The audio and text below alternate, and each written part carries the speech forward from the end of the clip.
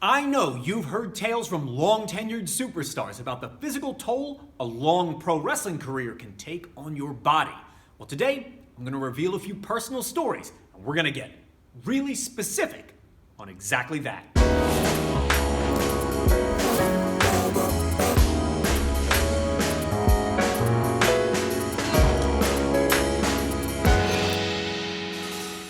I'm Mike Quackenbush, and this is Till We Make It. Here on my channel, I make videos for professional wrestlers at every stage of their career. And I do this in part because when I was just starting out, for the first 3 years of my career, I had no coach to teach me and I had no mentor to guide me. And I think the lack of that wisdom, knowledge, and experience during my formative years played a real role in my failure to achieve my ultimate career goals. And I don't want that to happen to anybody else. I don't want that to happen to you. Which is why today we're going to have a very frank discussion about the physical toll and the damage a pro wrestling career can do to your body. You might have noticed, in that little 10-second intro that plays at the top of every Till We Make It video are the words, "The Journey." And here I am, getting ready to close out my 27th year in professional wrestling, and I can't help but reflect on my own journey. If you're one of those people that starts to squirm a bit hearing descriptions of injuries and body parts, then today's video is not for you. I'll catch you in the next one. To begin the conversation on the lasting effects all the injuries I've suffered throughout my in-ring career have caused, I guess we should start with the most obvious of them all, the scars I've got. There are 5 very visible scars on my body and 2 which are very difficult to see. And the most noticeable of all is the one on my right leg that runs all the way down my shin.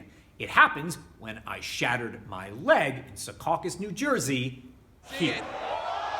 Wow! The scar on my right leg is as gnarly as it is because I was very boneheaded in the moments after the accident occurred, and even hours later, I still hadn't gone for medical attention. If I had gone to get it stitched up immediately, the scar would probably be negligible, almost invisible. And as I mentioned, in addition to the 5 on my body, which are quite visible, there are 2 on my scalp, which are not, including a pretty nasty one that I got in 1998 down in Texas when a spike ripped open my head from the center of my scalp to behind my ear. And when my hair is wet, like when I pop out of the shower or the swimming pool, those scars are really obvious. But generally speaking, when my hair is dry, you can't notice them at all. A second lasting effect of my wrestling career is one that I have documented right here on the channel in the series that was called My Angioma Odyssey. Angiomas, called cherries by particularly glib dermatologists, are small red dots that occur on the skin when a blood vessel terminates incorrectly and it leaves a small dab of hemoglobin behind. Now, while these are lasting, they can be treated, and that's exactly what I talk about in My Angioma Odyssey. I had one above my left eye removed through an intense pulsed light therapy. However, there are plenty of others, most notably on my shoulders and back, that I have never treated because they're simply too numerous. In addition to the scars and the angiomas, there are also patches of my skin that have become discolored because they are the sites of physical trauma from injuries. For example, about 2.5 years ago, my right arm was pushed out of place, and at one location, the bone nearly broke through my skin. And there is a weirdly discolored patch of my skin there, which will always be there. So far, all the lasting effects of my wrestling career that we've talked about are ones which are visible to the naked eye. But they aren't the only lasting effects. For example, throughout my in-ring career, I've had a distressing number of concussions. And a few years back, I underwent a weekend-long observation period and battery of tests to assess what the total neurological and psychological impact of those concussions were on me. And while at the time there was no measurable impact, that doesn't speak to the long-term effects of those concussions, which is why that type of exam is something I will endure roughly every 5 years or so for the rest of my life. 2 other lasting effects which you cannot see but happen to be tied to the exact same accident in the ring are the permanent nerve damage along the back of my neck and the hairline fracture of my skull, both of which occurred back in 1995 when I was wrestling a tag team match in Washington, PA. The back of my head hit the kneecap of one of the other wrestlers. And to this day, every time an image is taken of my skull, that hairline fracture is still perceptible. It will always be there. Another lasting effect of my wrestling career, which you cannot see, and yet I cope with every single day, is the dissociation of my lunate bone in my left wrist. It's a very small bone that got twisted sideways in a freak in-ring accident in the British Midlands about 10 years ago.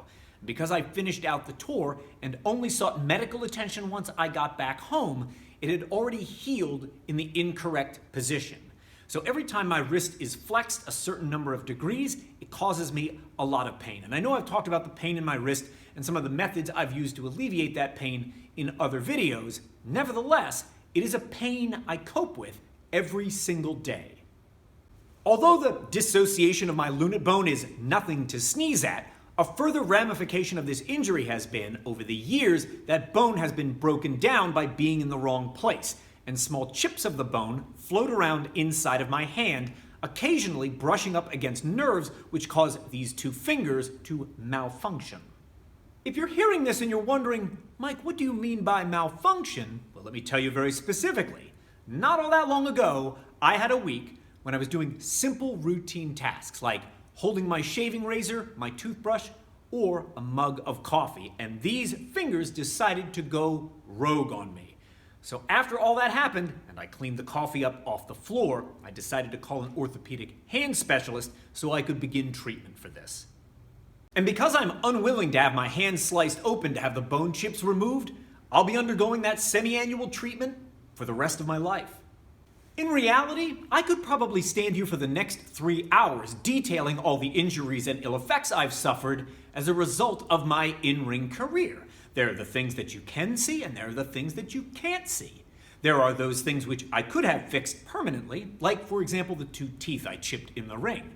And there are also those which simply cannot be fixed, like the weird way that my shoulder healed incorrectly after being separated, leaving behind this lump, which makes me look asymmetrical every time I'm at the beach. But the bottom line is this: no one emerges from a long pro wrestling career without serious wear and tear on their body, and everyone's experience is different. 2 examples immediately spring to my mind. I've got a friend who walks with a jerking sway in his hips as a result of too many bad landings in and out of the ring.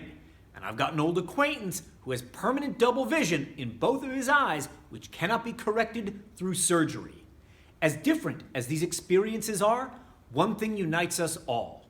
A long career in wrestling means injury, and some of them will come with real, permanent effects that we'll be coping with for the rest of our lives.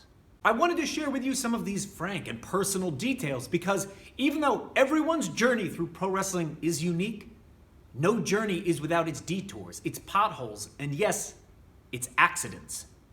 If you want a better understanding of what it is to perform while injured, click on the video appearing up here right now. That way you can keep on learning. And underneath it is another relevant video about injury and professional wrestling, an inevitability we all have to prepare for.